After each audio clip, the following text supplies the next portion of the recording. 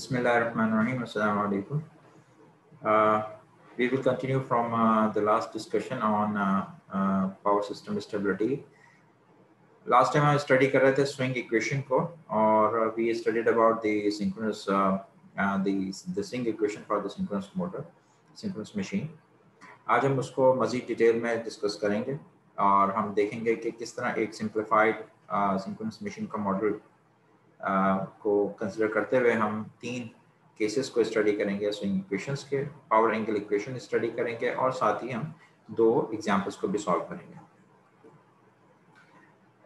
So in synchronous machine model जो simplified model है, इसमें हम सिर्फ उन चीज़ों को फोकस करेंगे कि जो स्टेबिलिटी क्राइटेरिया में और इक्वेशन में प्रोमिनेंट हैसियत रखते हैं, जिसमें एक जो the main concern is about the delta और basically the rate of change of delta जो है और इसकी वैल्यू जो है ये डिटरमिन करती है कि आपके पास सिस्टम कितना स्टेबल है।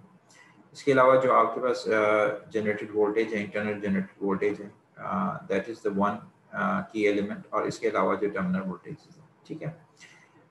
जहाँ तक ताल्लुक है आपके पास रिएक्टेंसेस का, रेजिस्टेंसेस जो हैं वो इतनी कम होती हैं रिलेटिवली विद द रिएक्टेंस के हम उसको इग्नोर कर देते हैं। तो सिंप्लीफाइड मॉडल के अंदर कोई रेजिस्टेंस आपको नज़र नहीं आ रही, रिएक्टेंस है और वोल्टेज है और टर्मिनल वोल्टेजेस हैं और उनके एंगल्स हैं। अच्छा, यहाँ पर एक चीज़ का ख्याल कीजिएगा कि हम चूँकि हम बात करेंगे एंगल की, तो angle needs to be defined with respect to some references.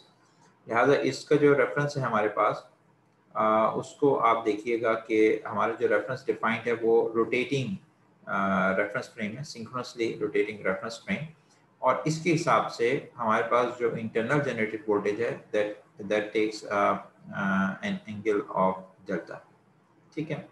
जो टर्मिनल वोल्टेज है उसका भी एक एंगल होगा, अभी हम आगे चल के देखते हैं।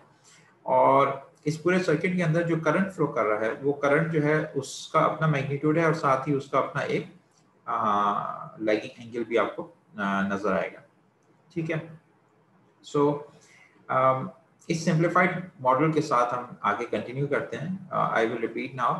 आपके पास इंटरनली जनरेटेड वोल्टेज है ई बार एंगल डेल्टा, इससे एक करंट फ्लो कर रहा है और ओवरऑल जो आपके पास रिएक्टेंस है that is from up till this generator terminals x D बार है और इसका टर्मिनल वोल्टेज है वी, ठीक है। अब ये जब ये मशीन आपके पास कनेक्ट होगी दूसरी मशीन या बसेस के साथ, तो हम देखेंगे कि क्या सिचुएशंस होती हैं। So there are three cases that we have to discuss और उसमें हमने जो हमारा मेन फोकस है वो है इसका स्टेबिलिटी क्राइटेरिया। तो पहला केस हम देखते हैं। पहले केस में हमारे पास मशीन है जो कि एक इनफाइनाइट बस के साथ कनेक्टेड है।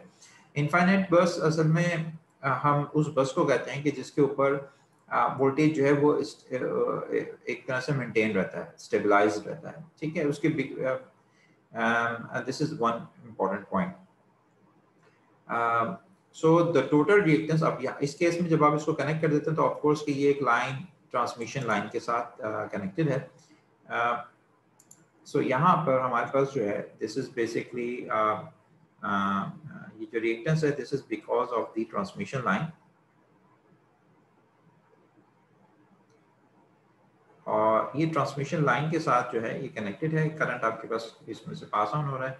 तो टोटल रिएक्टेंस जो हमारे सिस्टम में है वो ये आपके पास इनफाइनाइट बस है, इनफाइनाइट बस।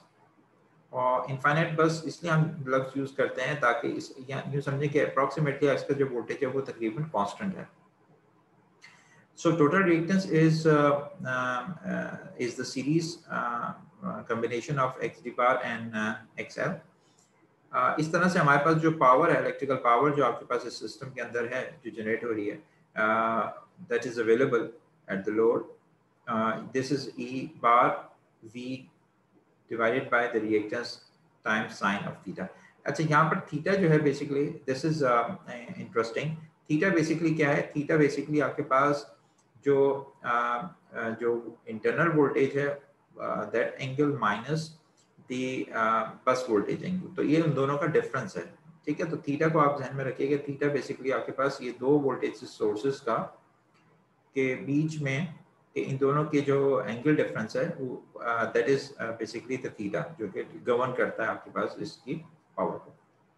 अच्छा, इनफाइनाइट बस में h is about infinity. h को आप समझ लें कि ये एक तरह का इनर्शिया या एनर्जी को शो करता है। तो when you have heavily powered बस, तो किसी किस्म के भी डिफरेंस की वजह से भी इसके वोल्टेज को कोई फर्क नहीं पड़ेगा। So it is also resembling कि h जो है तकरीबन वो यानी जो इनर्शिया आपके पास इसका वो तकरीबन इनफाइनाइट है। ओके, अब हम कंटिन्यू करते हैं, इस पॉइंट को देखें। नाउ इस केस के अंदर जब आपके पास h इंफिनिटी, तो the rate of change of the angle it is constant. तो ये आपके पास बेसिकली सिंक्रोनस राइट WS है, जो सिंक्रोनस फ्रीक्वेंसी है, इसके ऊपर मशीन जो है वो ऑपरेट कर रही है and it is constant. Constant होने की वजह से जब आप इसको डबल डेरिवेटिव लेते हैं तो we get equals to 0 and this implies that कि आपके पास जो इनका जो रेट ऑफ चेंज है that is equivalent to both. So theta double dot जो है दिस इज इक्वल्स टू, ये हमने पिछली क्लासेस के अंदर स्टडी किया था, प्रूफ भी किया था। तो इसको आप तो एज अ फैक्ट हम इसको लेते हैं when the system is in synchronism. ठीक है, सो मशीन ए, ये पहला केस है जिसमें मशीन ए जो है वो एक इनफाइनाइट बस से कनेक्टेड है। इस केस में एज्यूम करें कि हमारे पास damping is 0, so the machine dynamics will be governed by this equation. ये स्ट्रिंग इक्वेशन हमारे पास WS/2H, PM mechanical, PM is the mechanical power और ये हमारे पास इलेक्ट्रिकल पावर है। ठीक है, जो अभी हमने देखी। अब अगर हम यहाँ पर इलेक्ट्रिकल पावर को विद रिस्पेक्ट टू थीटा अगर हम प्लॉट करें तो हमारे पास इस तरह का एक कर्व आता है। इस कर्व के अंदर 2 पॉइंट्स हैं विच आर वेरी इंपॉर्टेंट, और जहाँ पर आपके पास जो है PE बराबर हो जाती है PM के, यानी mechanical power is equal to electrical power.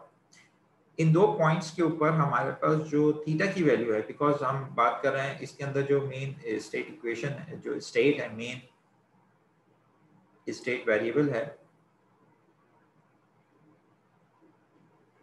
That is basically theta, और जो एक तरह से डेल्टा को भी रिप्रेजेंट करता है जो थीटा है। और इस थीटा में अगर हम देखें तो हमारे पास इसके 2 इक्विलिब्रियम पॉइंट्स आ गए हैं, एक है थीटा 1 और एक है theta 2। Theta 1 corresponds two point A और theta 2 corresponds two point B। दोनों पॉइंट्स के ऊपर ये वो वाले पॉइंट हैं जब आपके पास जो है इलेक्ट्रिकल पावर और मैकेनिकल पावर दोनों बराबर होंगे। सो इन दोनों पॉइंट्स के ऊपर अगर हम देखें तो A and B are equilibrium points. Now let's consider slight variations about the equilibrium points. अब slight variations का मतलब ये कि हो सकता है कि थीटा 1 से कम हो या ज्यादा हो, and then the other one is कि जब आपके पास ये थीटा 1 से बढ़ जाएगा। ठीक है, अच्छा इसका ख्याल कीजिएगा कि थीटा 1 से कम है तो वो ये पूरा एरिया बनेगा, और थीटा 1 से ज्यादा है तो वो यहाँ से लेके यहाँ तक इस पूरे एरिया को कवर करता है। And then the second goes like this कि थीटा 2 से आपके पास बढ़ जाए वैल्यू।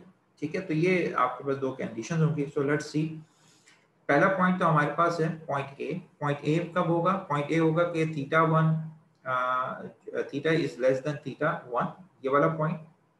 और दूसरा कि थीटा से बड़ा है, जब ये बड़ा होगा इससे थीटा 1 से थीटा की वैल्यू बड़ी होगी तो it goes up to B.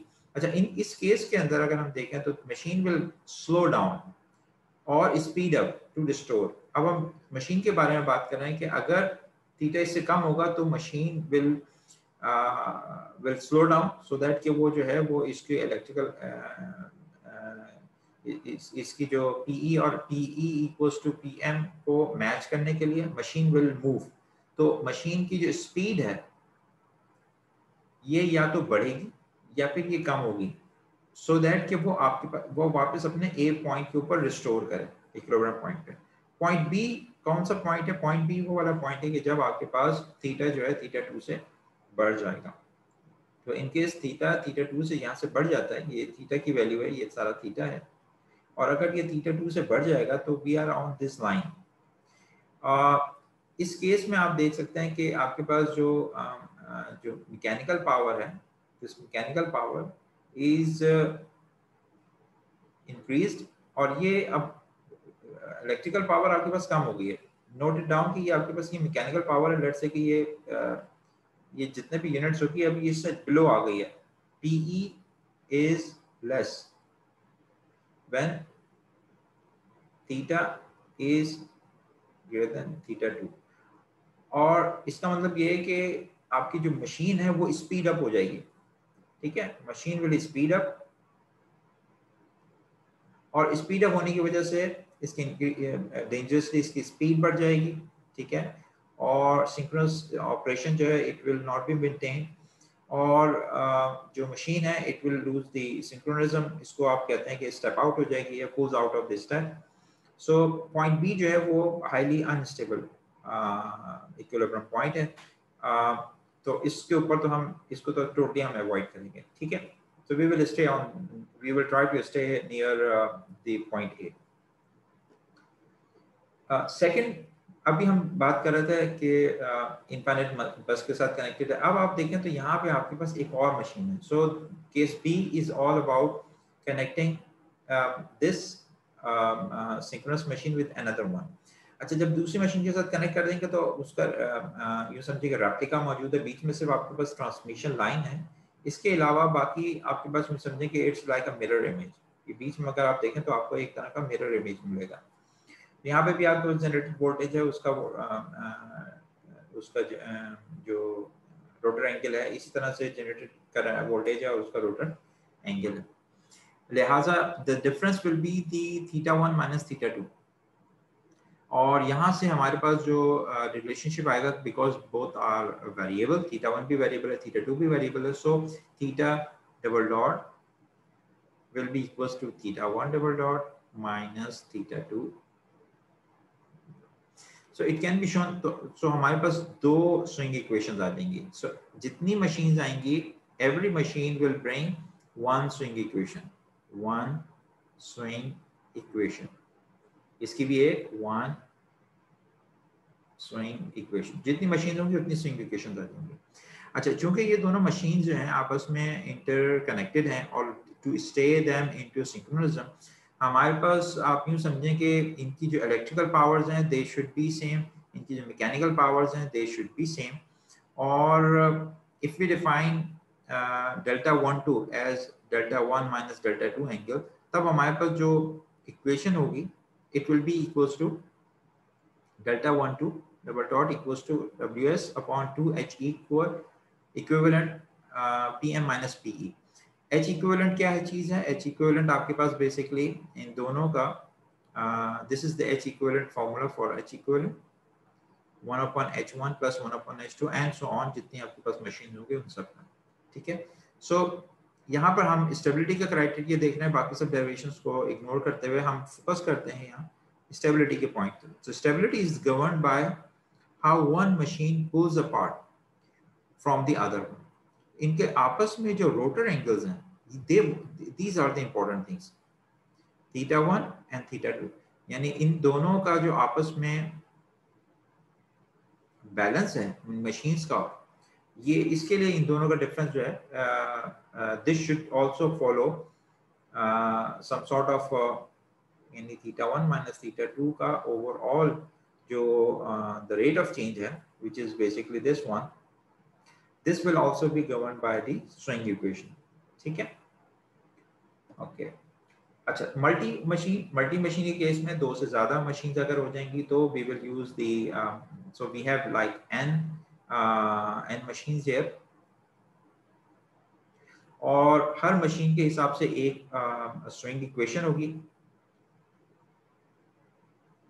जिसमें से हर एक जो स्विंग इक्वेशन का डेल्टा है is measured with respect to the synchronous frame, reference frame, and to determine the stability we need a reference to observe the pulling apart of the machine. इसमें जो commonly use references हैं वो क्या है? Number 1, make the angle of the largest machine in the system the reference angle and plot delta I minus delta largest machine. किसी एक machine का जो एंगल है, जो सबसे बड़ी मशीन होगी, उसको हम बना लेंगे as a reference, let's say machine एक हैवी है 300 kV 30 kV की कोई मशीन है, तो उसका 30 kV machines delta, तो let's say that will be delta 1, वो reference हो जाएगा, and then the rest of the delta will be maintained. let's say delta 2 है, कोई delta 3 है, ठीक है, and then we plot their differences, and then we define a center of angle, और center of angle जो है that will be 1 upon number of machines times summation of all the angles, and plot delta versus UI. तो centre of angle के हिसाब से हम इसको plot करेंगे, centre of angle will be calculated by this, और डेल्टा आई अलग से हम डेल्टा आई टी को हम प्लॉट करेंगे, ठीक है, हर एक मशीन। सो ये तो 3 केसेस हैं, हम इसमें से कुछ एग्जांपल्स करेंगे। एक एग्जांपल्स आज हम करते हैं not for the C case, मेरे ख्याल से ए और बी के लिए हम देखते हैं अभी। अच्छा, now continue with this one. हमारे पास जो एक स्विंग इक्वेशन से एक और इक्वेशन आती है, that is power angle equation, और इसके लिए हम इसको देखते हैं कि for a given network configuration with constant voltage magnitudes of the transient internal voltage of 2 machines, जहां पे हमारे पास एक E1 इंटरनल जनरेटेड वोल्टेज है, E1 बार, E2 बार, और आर्मेचर रेजिस्टेंस को अगर हम निग्लेक्ट करते हैं, then the power angle equation of the network is defined as P equals to P max sine of delta, जहां पे P मैक्स जो है बेसिकली ये internal voltages divided by the reactance है। रेजिस्टेंस को हमने पहले भी कहा था, उसको हम पहले भी निग्लेक्ट कर रहे थे और अभी भी हमने उसको निग्लेक्ट किया, आर्मेचर रेजिस्टेंसेस को। So this is our the equation, जिसमें एक तरफ पावर है और एक तरफ आपके पास एंगल है, power and angle. This is the admittance. So X12 basically transfer reactance है जो E1 से E2 मशीन तक जा रही है। इसी तरह दोनों मशीन्स के बीच में जो अगर आप एडमिटेंस के तौर पर रिप्रेजेंट करना चाहें तो ट्रांसफर एडमिटेंस होगी, जिसको आप Y12 कह रहे हैं। तो आइदर Y12 Y, तो X12 is basically nothing else but 1 upon Y12, और these are all the magnitude values। इसमें हमने इनकी जो उनके जो एंगल्स हैं, लीडिंग या लैगिंग, वो उनको हमने इग्नोर किया है। It can be observed from the power angle equation and the power angle curve that the steady state stability limits for the synchronous machine connected to an infinite bus is when delta is less than or equals to 90 degrees, या उसका जो rate of change है वो positive है, delta p by delta जो है वो positive है। So simple, आपने कैलकुलेट करना है डेल्टा को, and then we figure out कि ये 90 से कम है या नहीं। अगर ये 90 से कम है तो स्टेबल है, अगर 90 से ज्यादा है, 90 डिग्री ज्यादा है, तब आपके पास वो अनस्टेबिलिटी को शो करता है। So the possible power angle swing curves for the stability process, इसको अलग से अगर हम प्लॉट करें, ये basically with respect to time है। अगर आप और से देखें तो ये डेल्टा को विद रिस्पेक्ट टू टाइम आपने प्लॉट किया है। तो उसके केस में होगा क्या कि लेट्स से कि यहाँ से अगर ये क्रिटिकली डैम्प्ड होगा तो it will go to from delta 1 to delta 2, ये पहले कोई एक वैल्यू इसकी होगी, फिर ये दूसरी वैल्यू तक पहुंचा है। लेट्स से हो सकता है कि ये पहले हो 18 डिग्रीज पे और ये फिर 25 डिग्रीज तक पहुंच गया, तो स्टिल दिस इज स्टेबल। लेकिन आप देखना तो ये ऊपर जा रहा है, तो हो सकता है कि ये अनस्टेबल जो हो रहा है, ये हो सकता है कि ये आगे जाते हुए 90 डिग्रीज तक पहुंचेगा, and then it goes beyond that. Delta 1 को अगर आप देखें तो यहाँ पे आपके पास ये क्रिटिकली डैम्प्ड है, दिस गोज, एंड यहाँ पे अंडर डैम्प्ड है, ये अनस्टेबल केस है। सो स्टेबिलिटी अनस्टेबिलिटी के केस आपके सामने यहाँ पर है। एग्जाम्पल नंबर 1 देखते हैं हम। एग्जाम्पल नंबर 1 में now we consider one line diagram. ये वन लाइन डायग्राम है हमारे पास, वन लाइन डायग्राम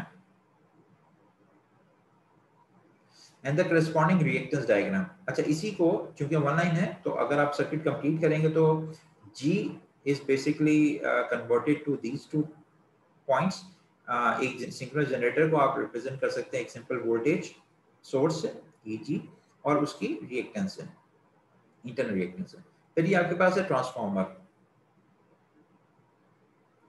तो ट्रांसफार्मर को इस T1 को ट्रांसफार्मर को रिप्रेजेंट कर सकते हैं हम इसके रिएक्टेंस से XT1। लाइन ट्रांसमिशन है, इसकी भी आप रिएक्टेंस आपके पास आ गई XL। T2 ट्रांसफार्मर है, इसकी रिएक्टेंस आ गई XT2। And then we have a motor here, जो मोटर भी जनरेटर की तरह एक रिएक्टेंस है और एक वोल्टेज सोर्स से रिप्रेजेंट की जा रही है। ये इसका टर्मिनल वोल्टेज है। यहाँ हम एज्यूम करते हैं कि आप जो गिवन डाटा है, जो सिंक्रोनस जनरेटर है उसकी रिएक्टेंस और मोटर की रिएक्टेंस जो है वो दोनों 0.4 पर यूनिट सिस्टम है, और जो इसकी ट्रांसफार्मर्स की रिएक्टेंसेस हैं दैट आर 0.1 पर यूनिट, और line transmission is 1.2 per unit. सवाल ये है कि analyse whether the system is stable enough in this steady state to deliver 1.2 per unit power at the motor terminals with the rated terminal voltage and 1 power factor।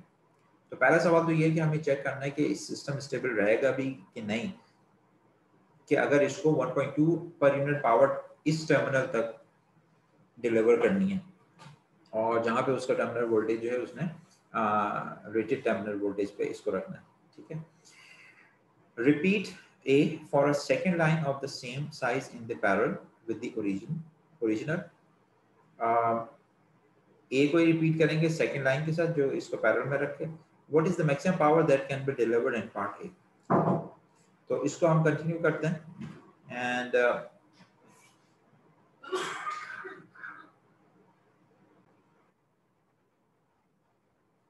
Okay, so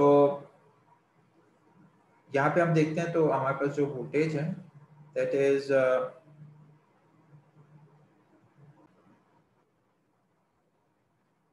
okay, सो हमारे पास यहाँ पर Vm is 1 angle 0 degrees per unit, I is 1.2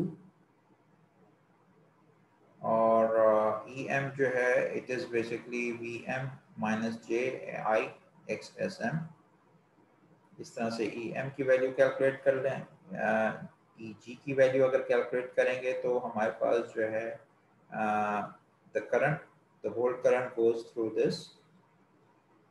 ठीक है, और इसमें Vm की value आपने भी कैलकुलेट की। Vm की वैल्यू, Vm रेटेड वोल्टेज है, this is the rated 1 angle 0 rated voltage given है, करंट है, और ये तमाम रिएक्टेंसेस हैं। इन तमाम रिएक्टेंसेस को ऐड करें and then through this equation we will be able to find this. ठीक है, EM और EG जब पता चल गया then we can figure out the value of the delta, और इस डेल्टा की वैल्यू कैलकुलेट करें। This is 90.8 degrees. अच्छा, इसको कैलकुलेट कीजिएगा। I am focusing on this thing. 90.8 degrees का मतलब है कि सिस्टम जो है वो अनस्टेबल है, because we saw,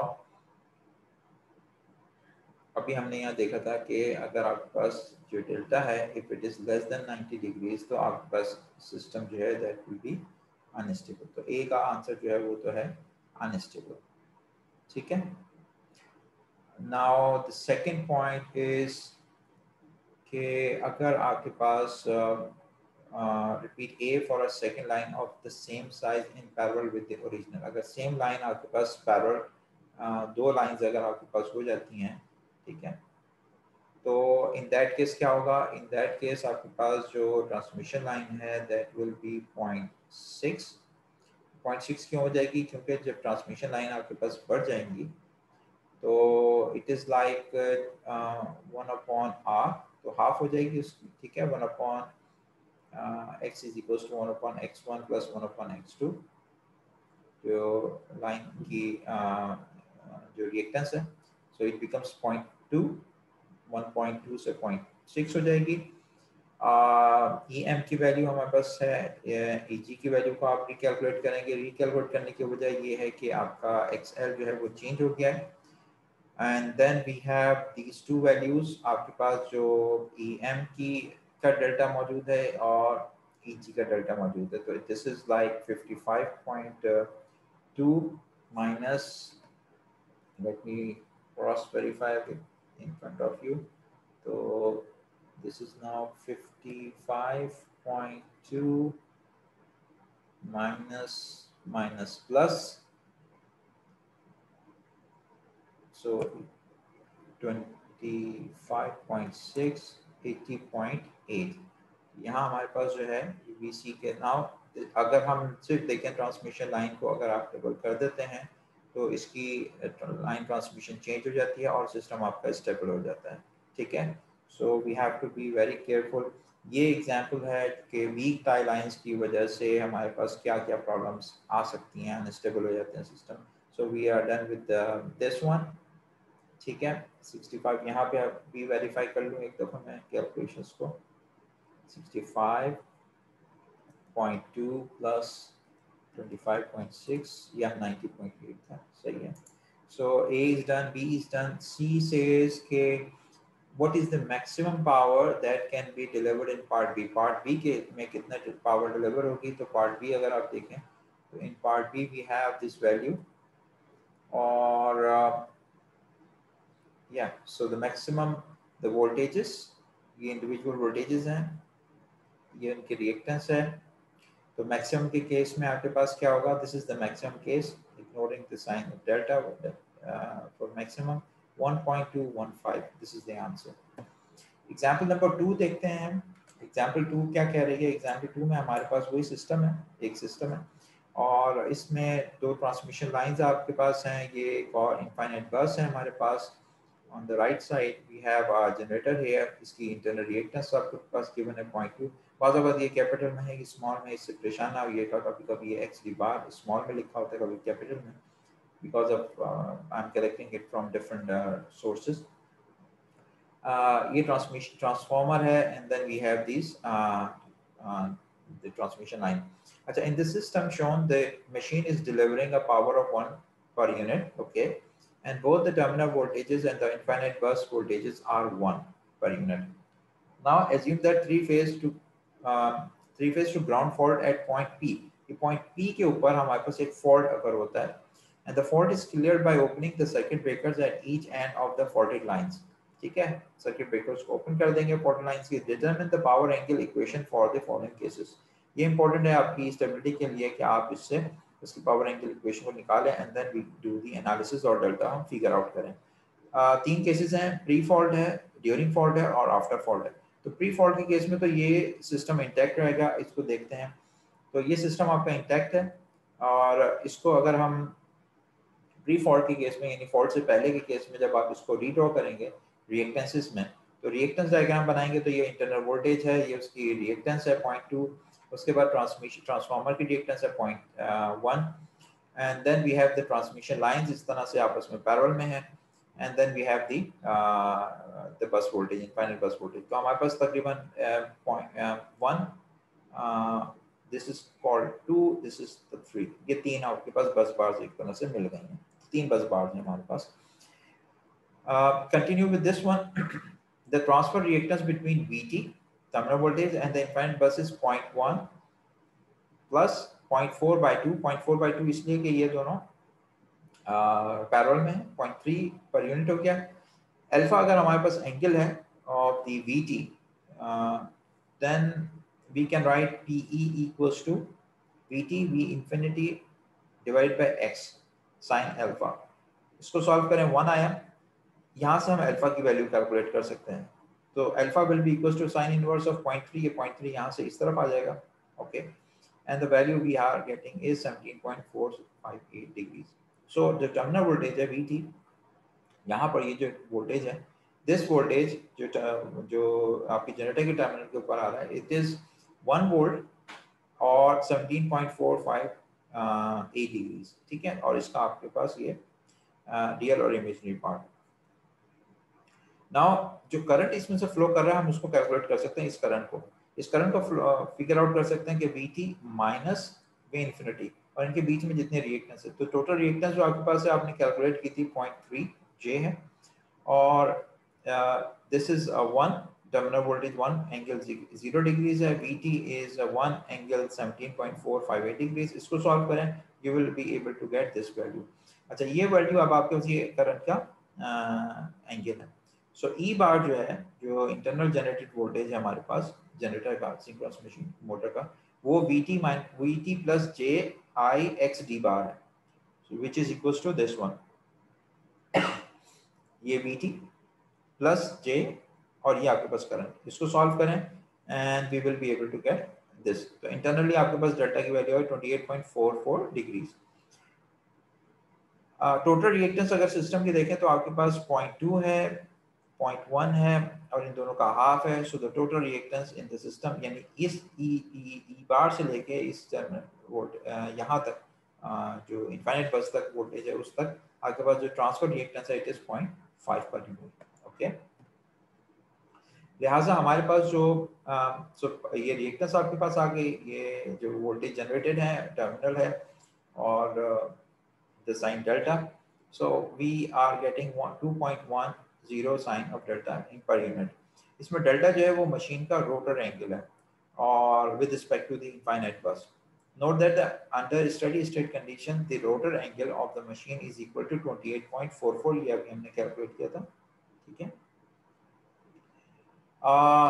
in which the mechanical electrical power is 1 per unit.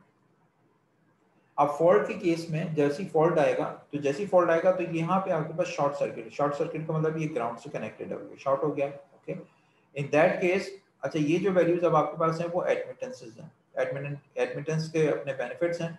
अभी हम इसको सॉल्व करते हैं। तो एडमिटेंस जो है वो पर यूनिट में, तो 0.4 को अगर आप इन्वर्स करेंगे तो दैट विल बी 2.5 और जे बिकॉज ऑफ द नेगेटिव जो रिवर्स हुआ उसका। The effect of a fault is clearly shown by the redrawing to reactance. इस इक्वेशन को, इस सर्किट को आप redraw करें, so we will have this equation here, and then under the assumption of constant flux linkages in the machine, the transient internal voltage of the machine remains same. To find the transfer admittance E bar से लेके जो infinite bus voltage है इस point तक, इसके लिए एक admittance matrix हम बस वोल्टेज का निकालते हैं, which is given here. Since the bus 3 has no external source connection, it may be removed by the node elimination method. ये आप लोगों ने यकीनन किसी दूसरे जो पावर के केसेस हैं उसके अंदर पावर सिस्टम एनालिसिस में किया होगा, नहीं किया तो हम इसको एक दफ़ा दोहरा लेंगे नेक्स्ट क्लास में, क्वेश्चन एंड आंसर इस सेशन में। अभी मैं इसको कंक्लूड करूँगा। Reduced admittance matrix will be this one. Hence, the desired power angle equation is given by P equals to E bar V infinity admittance sine of delta. इनकी values को replace किया, we arrive to this value. The fault after fault power angle calculations, the fault को आप remove कर देंगे, यानी कि आपने open कर दिया यहाँ पे, ठीक है। After fault हमने यहाँ देखा था कि the fault is cleared by opening the circuit. पिछली जो इक्वेशन है it is valid for during the fault, अभी ये जो इक्वेशन है दिस इज वैलिड। यहाँ पे जो delta will be behaving like during the fault, ठीक है, ड्यूरिंग फॉल्ट इक्वेशन है। हम दो इक्वेशन पहले बना, ये दूसरी इक्वेशन हो गई। Now the third equation is about after fault. Fault कैसे रिमूव कर रहे हैं, इस यहाँ पे गौर से देखें, the fault is cleared by opening the circuit breakers at each end of the faulted line, ठीक है। तो अब हम जब उसको ओपन कर दिया, यहाँ पे आपने ओपन कर दिया है, ठीक है, ये ओपन हो चुके हैं सर्किट ब्रेकर्स को। So this is what we have. अब टोटल रिएक्टेंस आपके पास होगी 0.2, 0.1 और 0.47, तो ये 0.4, सो इट गोज 0.7। लिहाजा जो आपके पास अब पीई इक्वेशन है that will become 1.5 sine of delta. अब अगर आप इनको विद रिस्पेक्ट टू एंगल, जब आप इसको पावर इक्वेशन, जो तीन इक्वेशन आएंगी, जब आप उसको ड्रॉ करेंगे तो we have these three curves. और से देखें, एक कर्व आपके पास है 0.8, एक तो नॉर्मल कर्व आपके पास है 2.10 sin delta, then we have 1.5 sin delta and then 0.808 sin delta. ये आपके पास है case number B, right. 1.5 this is your case number C and this is your case number A. Clearly ये आपके पास वो सिचुएशन है जब आपके पास कोई फॉल्ट नहीं था, normal condition, right. Okay, and in both case आप ये देख सकते हैं कि ये जब आपके पास दिस इज द वन जो कि स्टेबल है, और ये जो पॉइंट आपके पास आएगा जिस पे 151.56 है, this is not stable, this corresponds to point B, this corresponds to point A, ठीक है। शुरू में जो हमने कैलकुलेशंस की थी वो 28.44 स्टेबल पॉइंट था। Now there are few comments, only few comments here. PM जो है मैकेनिकल पावर जो है it is constant in all cases, हमने उसको डिस्टर्ब नहीं किया। PM intersects the steady state case A at 28.44, यानी जो ऑपरेटिंग पॉइंट था इस पे कोई एक्सेलरेशन, इस पे पावर कोई एक्सेलरेशन नहीं है, सिंक्रोनस है आपका system. PA during fault and after fault depends upon the rotor angle at that time. वो एक्सेलरेट करेगा, ये डिसेलरेट करेगा, डिपेंड करेगा कि उसका एंगल क्या है. Point 4 is it can also be seen from the power angle curves that PM equals to PE at 151.56. ये वाला पॉइंट है, पॉइंट B है यहाँ पे अगर आप और से देखें. However, this operating point is not acceptable because it has a negative slope. Negative slope होने की वजह से वो सीधा नीचे की तरफ जा रहा है एंड इट इज ये उस सिंक्रोनिज्म से हट जाता है. ये अनस्टेबल इक्विलिब्रियम पॉइंट है हमारा. Point 5, the swing equations in all three cases can be written as. अच्छा, इसके साथ आप हर केस के लिए आप अलग से स्विंग इक्वेशन लिख सकते हैं, ठीक है, ये भी आपने देखा. So swing equation in all cases can be written as follows. 1 2 3 ये तीनों इक्वेशंस आपके पास आ गई हैं. नोट इट डाउन कि आपके पास जो चीज चेंज हो रही है it belongs to this area only, rest हमने assume किया है. 6, the swing equations are highly non-linear. अब आप देख सकते हैं कि जैसे एक फॉल्ट आने के साथ ही आपके पास swing equation चेंज होती है, तो हमें इनको सॉल्व करना रियल टाइम में और मल्टीपल केसेस के अंदर it becomes very crucial. swing equations are highly non-linear and can only be solved by या तो ग्राफिकल सॉल्यूशन हो, equal area criteria for 1 or 2 machines, लेकिन ये एक या दो machines. The second point is numerical integration methods such as trapezoidal or RK method, जो कि हमने पहले भी किया, ठीक है.